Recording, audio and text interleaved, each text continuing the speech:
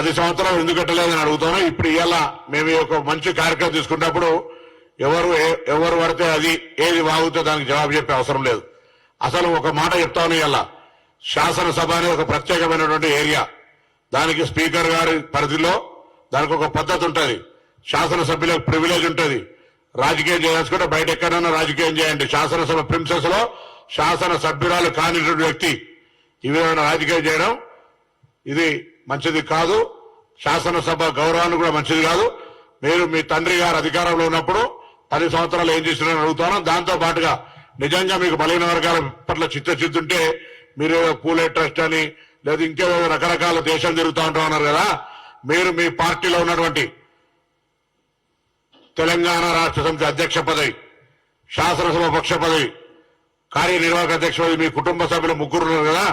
ఒక బీసీ, ఒక ఎస్సీ, ఒక ఎస్టీకి ఇచ్చి అప్పుడు న్యాయము, సామాజిక న్యాయం గురించి మాట్లాడే అడుగుతుంటే తప్ప ఊరికనే ఏది పడుతుంది మాట్లాడితే నీకు చెల్లుతుంది అనుకోవద్దు.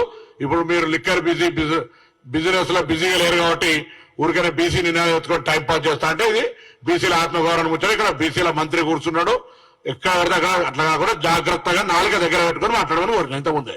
అంతకంటే ఎక్కువనే పెడతాం సోదరా. Right, we are planning. గురుకులాల నిర్మాణం కావచ్చు, మెచ్చార్జీల పెంపు కావచ్చు, సమీకృత హాస్టళ్ల నిర్మాణం కావచ్చు, అన్ని రకాల కార్యక్రమాలు మేము గతంలో శాసనసభలో ప్రశ్నించినట్టుగానే మెచ్చార్జీలకు సంబంధించి లేదా ఇతరత్ర అంశాలకు సంబంధించి గ్రీన్ ఛానల్ పేమెంట్ ఎక్కడ కూడా ఆగకుండా మెచ్చార్జీల పిల్లలకు మనం గతంలో 2 సంవత్సరాల నుంచి బాకీ ఉన్నది.